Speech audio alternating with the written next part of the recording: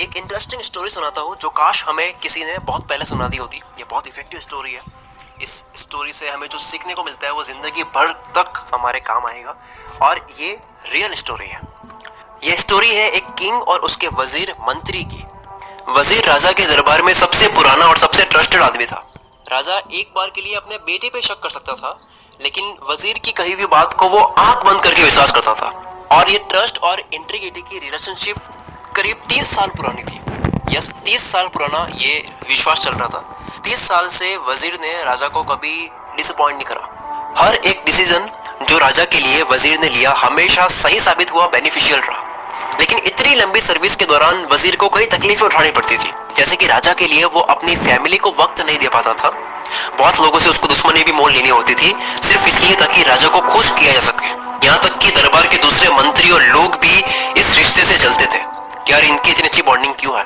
उन्हें फील होता था कि यार राजा हम पर इतना ट्रस्ट नहीं करता है, इतना ट्रस्ट दिखाता नहीं है राजा हम पे, तो इस वजीर पे क्यों दिखाता है। इसीलिए दूसरे दरबारी हमेशा वजीर को राजा के सामने हमेशा नीचा दिखाने की कोशिश करते, बदनाम करने की कोशिश करने में लगे रहते थे, जो कि वो कभी सक्सेसफुल नहीं हो पाए। बट कहते हैं ना कि टाइम बहुत ही वॉलेटाइल चीज है। अगर आप लगे रहो किसी चीज के पीछे एक लंबे टाइम तक तो वो मिल जाता है। तो लोगों ने रिश्ते को खराब करने की बहुत कोशिश की और फाइनली हुआ क्या, वजीर राजा के कैंपेन्स और मिशंस में इतना बिजी हो गया कि उसे टाइम ही नहीं मिला ये पता करने में कि एक बड़ी भारी साजिश चल रही है उसे गद्दार साबित करने की, वजीर को गद्दार साबित करने की।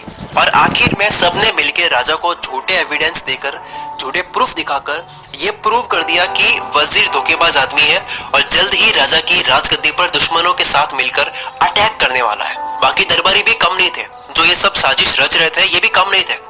इनकी बदनामी कभी हुई नहीं थी राजा के सामने, इसलिए राजा ने भी उनकी बात और प्रूफ मान लिए बिना वजीर को अपनी सफाई देने के चांस दिए। वजीर को बोलने का मौका नहीं दिया गया। मतलब 30 साल पुराना रिश्ता चल रहा था और किसी और के कहने से इतना बड़ा रिश्ता भी फीका पड़ गया। राजा ने उसे सजाए मौत सुना दी।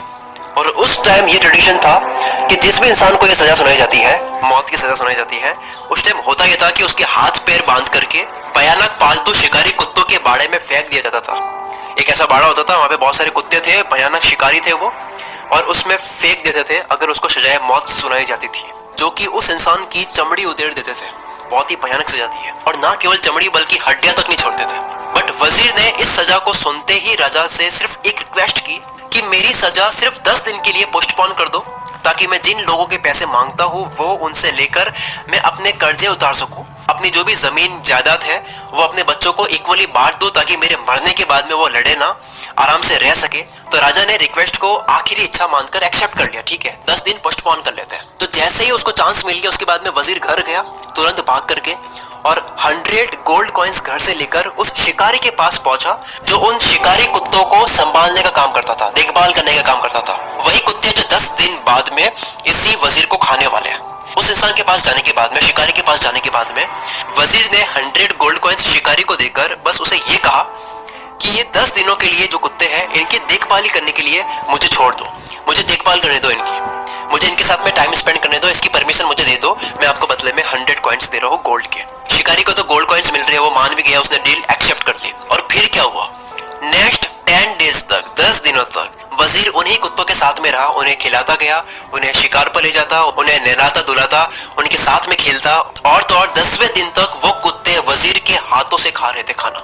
और कुत्ते ऐसे होते हैं जो कभी भूलते नहीं, अगर आप उनके लिए कुछ भी कर लेते हो वो भूलते नहीं, उनको याद रहता है। उसके बाद में 11th डे पर वजीर को राजा के सामने लाया गया। उसकी सजा जो राजा के सामने होनी थी, हाथ पैर उसके बांधे गए वजीर के, उन्हीं शिकारी कुत्तों को सामने डाल दिया गया ताकि वो शिकारी कुत्ते वजीर को खा ले। शिकारी कुत्ते उस पर झपटने लगे, लेकिन उसे खाने के लिए नहीं बल्कि उसके साथ में खेलने के लिए। सबके सब कुत्ते प्यार से वजीर के ऊपर गिर रहे हैं, पूंछ हिला करके सारे कुत्ते वजीर को प्यार दिखा रहे हैं। राजा और बाकी के दरबारी ये देखकर हैरान हो गए कि इतने खूंखार कुत्ते, एग्रेसिव शिकारी कुत्ते इस वजीर को प्यार क्यों कर रहे, खा क्यों नहीं रहे, इसकी चमड़ी क्यों नहीं उधेड़ रहे। राजा ने ये सब बातें वजीर से पूछी गई कि ये क्या हो रहा है, ये खेल अलग कैसे हो गया। वजीर बोला कि महाराज मैंने इन कुत्तों की सिर्फ 10 दिन देखभाल करी है, सिर्फ 10 दिन की देखभाल की वजह से ये मुझे मारने से मुकर गए, बल्कि मुझे प्यार दे रहे हैं। और आपकी सेवा मैंने 30 साल की, लेकिन आपने मेरी कुछ दुश्मनों की बातों और इल्जामों के बहकावे में आकर के मुझे सजाए मौत सुना दी। राजा शर्म से पानी पानी हो गया। उसे अपनी गलती का एहसास हुआ, उसकी सजा को माफ किया और उसने वजीर को उसकी पोजीशन फिर से दे दी कि फिर से तुम काम करो, तुम तो विश्वास के लायक हो। और उन सारे दरबारियों को जिन्होंने साजिश रची थी उनको वजीर के हवाले कर दिया जिन्होंने राजा के कान भरे थे। वजीर चाहता तो उन्हें मौत के घाट उतार सकता था, बट वजीर ने अपने दुश्मनों को, दरबारियों को माफ कर दिया।